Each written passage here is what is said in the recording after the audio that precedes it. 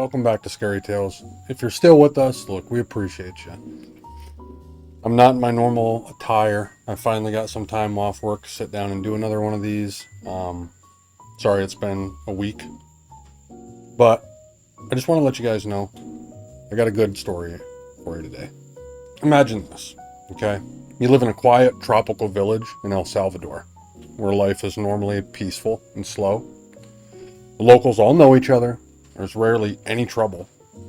But what if I told you that there was a man that was living among you, and a man that you might even see at the cafe every morning or teaching English to your kids, that person's hiding a dark and terrifying secret. A secret that he's carried with him across borders through different identities over years of running. Now stick with me, because today what we're going to do is uncover that unbelievable true story of a quiet man in El Salvador whose past caught up with him in the most shocking way. So in Santa Maria, life moved pretty peacefully. Early in the morning, the air was cool.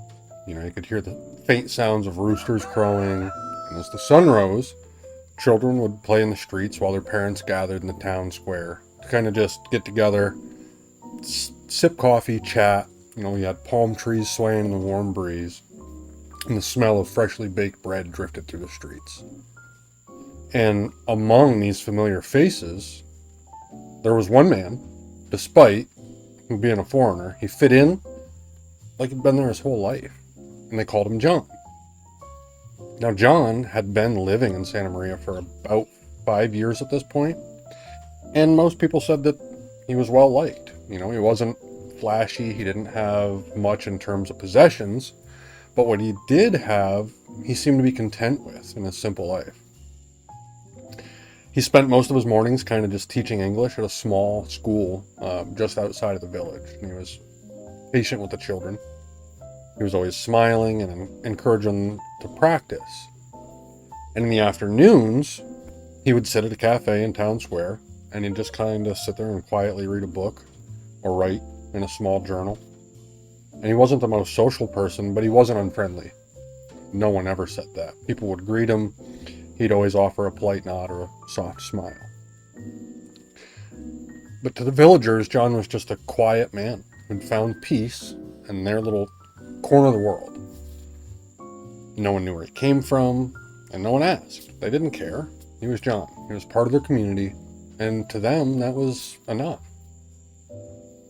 But beneath John's calm demeanor, there was something he never talked about. His past. So on one hot afternoon while the village was resting in the shade, something weird happened. A group of men came, foreigners, and they drove into town in a dusty SUV. They parked near the town square and they began walking from place to place. And they were kind of just going up to people and showing them a photograph. Who is this person? Have you seen this person? And they'd ask anyone who'd stop and talk to them. So obviously the villagers became curious. It wasn't often at all that strangers ever came to town, and these men surely didn't seem like tourists. They weren't interested in sightseeing. They didn't buy any local goods. They just kind of had the air of something serious about them. Their eyes were focused. Their movements were deliberate. They were there for a reason. And so they moved from the market to the cafe, kind of speaking in low voices, just showing that same photograph to each person that they met. And with each stop, the tension in the village grew. The photograph was grainy, but something about the face in it seemed familiar to at least a few of the older villagers. Maybe it was coincidence, or maybe it was that they had a gut feeling that something wasn't right. But anyways, one of the cafe workers saw the men just approaching him, and he ran inside to tell John. He said, "Hey, there's some men outside asking about a foreigner." And John kind of just looked up from his book. His face was calm, but there was a hint of tension around his eyes. And he's like, "Really? Are you sure they're not just lost?" So he smiled and went back to his book, but he didn't turn the page. He stayed still, frozen for a few moments, his eyes just kind of fixed, in the words in front of him. He was trying to figure out what to do next. So when the men finally approached the cafe, John was, still sitting at his usual table. something had changed. His calm demeanor was now mixed with a subtle alertness. Kind of like as if you were preparing for something, kind of watching the door, watching everything around him. And then when they approached him, their expressions were unreadable. One of them, which John called the leader, showed him the photograph, and he said, "Hey, we're looking for someone. Does this man look familiar?" And John kind of just glanced at the photograph for barely even a second before shaking his head. He's like, "Nope, don't recognize him. Sorry." And he said this in perfect Spanish. So then, they kind of just exchanged glances. They knew something wasn't right, the two men. The leader leaned closer, his eyes narrow, and he said, "Are you sure about that? Because we've been asking around, and people here seem to think that they might have seen him." And, at this point, John's smile just faltered, but just for a moment, it was enough. He could feel the weight of their eyes kind of just watching him, waiting for him to slip up. So he took a deep breath, he leaned back in his chair, and he said, "I'm afraid you have the wrong person, but I'm happy to answer any questions that you have." So, the men sat down, and the conversation that followed was tense. It was almost like a chess game. They asked about John's life, where he came from, what brought him to El Salvador, and with each one of these questions, his answers felt more rehearsed, more calculated, and these guys were closing in on him, and he knew it. So at first, John had been careful. He'd created a new life for himself, a new identity even. But no matter how hard he tried, he just couldn't erase the past. So these two men were authorities that had been looking for McLeod for years, and that was his real name, McLeod. Back in 2016, he was actually a man with a violent past, a man who couldn't control his temper. And his girlfriend, Krystal Mitchell, had seen that dark side of him. And unfortunately, that cost her everything. She was found deceased in a San Diego apartment, her body showing signs of a violent struggle. And at the time, John, or McLeod, her boyfriend, was nowhere to be found. He fled the scene. He had left behind a trail of lies and deceit, but no sign of him or where he was going. And for years, he managed to stay kind of just one step ahead of the law. He changed his name, he changed his appearance, and he changed his story. And he moved from country to country, always staying, under the radar, always looking over his shoulder, seeing if anyone was there. And for a while, it worked. But the authorities never gave up. They knew that he was out there somewhere, and they followed every single lead, no matter how small. And now, here they were, just kind of sitting across from him. And this was what they thought, the man that had eluded them for years. The Raymond R.J. McLeod wasn't always the quiet man sitting in that cafe. In fact, he'd once been the complete opposite. He was a man that people described as having a temper as hot as the California sun. He was always ready to flesh things out when it didn't go his way, and his life before El Salvador had been a turbulent, marked by bad decisions, anger issues, and a darkness that he never managed to shake off. Back in 2016, McLeod had been living in San Diego, California with his girlfriend. And on the surface, their relationship seemed pretty much like any other one. They were happy enough, or so appeared to their friends and family on social media, things like that, but we all know how that is. But those closest to Krystal knew that something wasn't right. They'd seen, bruises that she tried to cover up, the quiet moments where she looked afraid, kind of like she was just walking on eggshells around him. And Krystal, who had a bright future ahead of her, was full of life and described as being loved by everyone who knew her.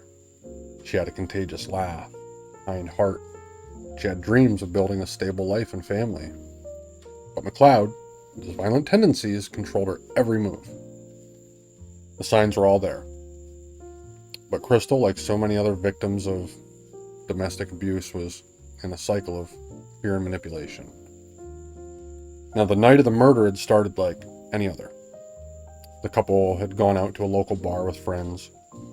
But McLeod that night was drinking heavily, and people say his mood darkened as the night went on. And by the time they got home, things escalated horribly. Neighbors would later say that they heard shouting and sounds of a struggle coming from the apartment. But by the time the police arrived, it was too late. Krystal was found deceased. She had been strangled, and McLeod had vanished into thin air. So after the murder, McLeod disappeared without a trace. He was a skilled manipulator. He was able to blend into the background and kind of slip through the cracks of the law. And for months, law enforcement scoured the country. They followed every lead, but it seemed like McLeod had just already crossed the border by the time they'd catch up, and he changed his appearance. He grew a beard, and he adopted a new identity. So his very first stop was, like many others, Mexico.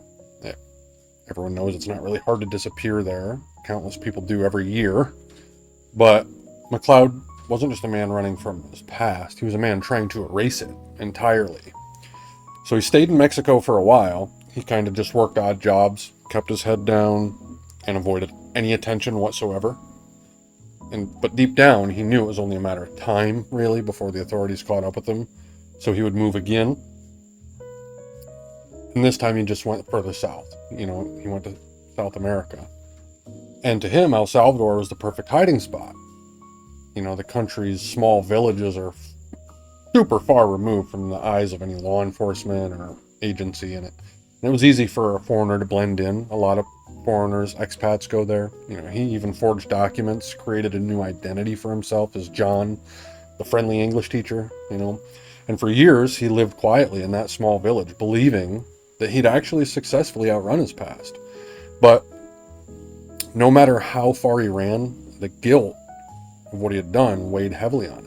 And in his quiet moments, when the village was asleep, he had said that he would sit alone, just kind of staring out at the jungle, just wondering if the world had forgotten about him yet, hoping that they had.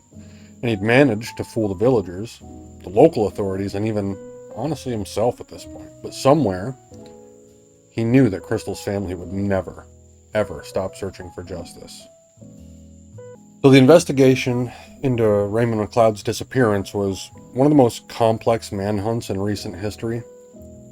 And for years, the U.S. Marshal Department followed every lead, like we had said. No matter how small, they followed it. They spoke with Krystal's family, they spoke with their friends, they spoke with pretty much anyone who had ever been in contact with McLeod before his disappearance. But every time that they got close, it seemed like he would just slip away. Like he somehow knew, he'd become a ghost.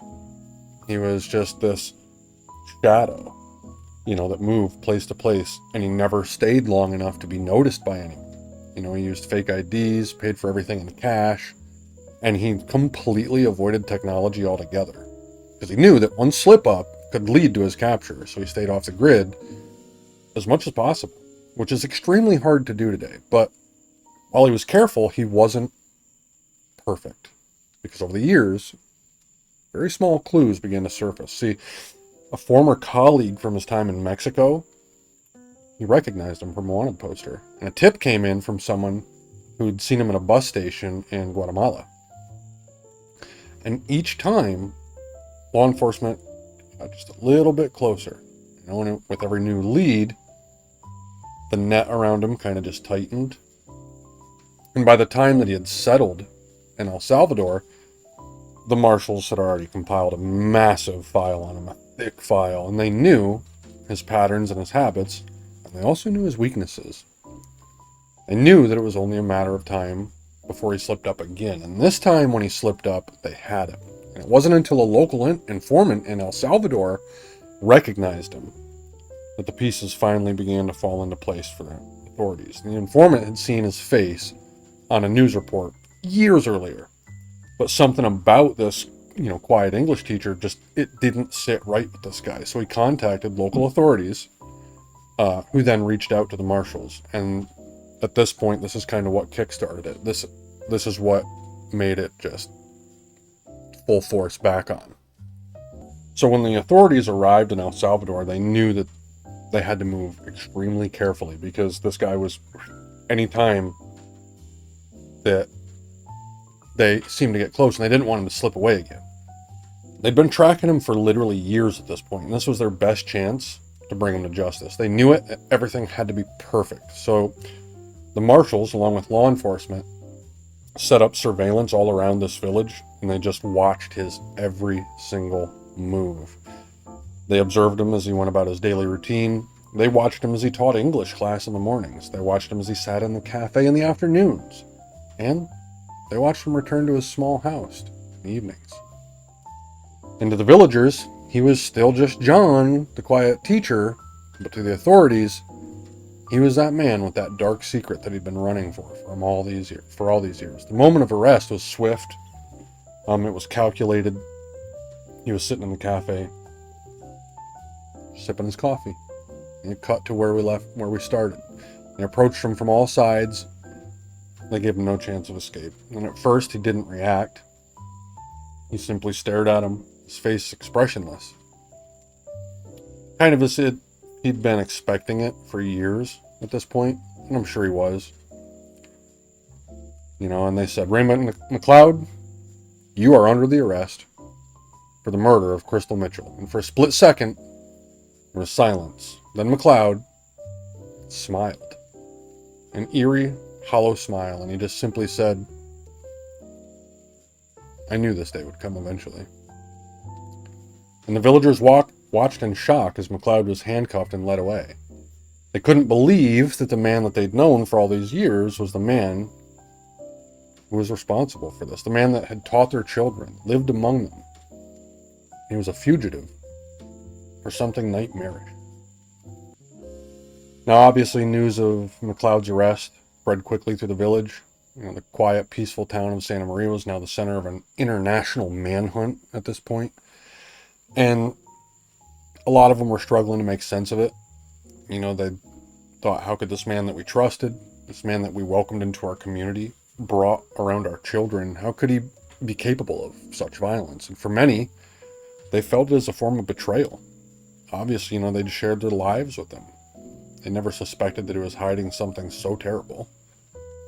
And parents who'd sent their children to his English classes now looked back with horror, kind of just wondering how they had missed all these signs. As a parent, they felt responsible, but there hadn't been any signs. He'd played his part perfectly. He blended in so seamlessly that no one, not one time, did they ever question his past. And Krystal's family, on the other hand, they finally had the closure they've been waiting for all these years. They'd lived with the pain of losing their daughter, knowing that her killer was still out there, just living his life. They'd fought tirelessly for justice, never giving up hope that McLeod would, be found one day. And after years of waiting, they finally had their answer. He would face the trial of the murder for Krystal Mitchell, and hopefully the family could then begin to heal. In the end, no matter how far McLeod ran or how well he hid, his past caught up with him. He'd spent years living a lie, building a new life in El Salvador. But the truth always has a way of coming out. And for Raymond McLeod, there was no escape. Justice, no matter how delayed, was inevitable. It's a chilling reminder that people aren't always who they seem. And the quiet man in the cafe, the friendly neighbor, the kind teacher, could be hiding something dark, something unimaginable. And sometimes, the past has a way of catching up with even the most careful of fugitives. Alright guys, that does it for today's tale. I will be posting another one Monday, so 2 days from now. I apologize. Work at the medical examiner's office has been insane. I've been transporting bodies basically non-stop for the last 8 days. I haven't really had time to even sit down and do much other than research for this story, spend a little bit of time with my girlfriend, but other than that, that's been it. So I apologize. I would normally be in my work clothes, but I didn't want to spend another second in them. So if you enjoyed today's tale, you know what to do. subscribe, like, share, comment. It all helps a ton. If you guys enjoy these stories, I'd love to keep doing them for you. So until next time, stay curious, stay brave, and remember, sometimes the scariest stories are the ones that are all too real.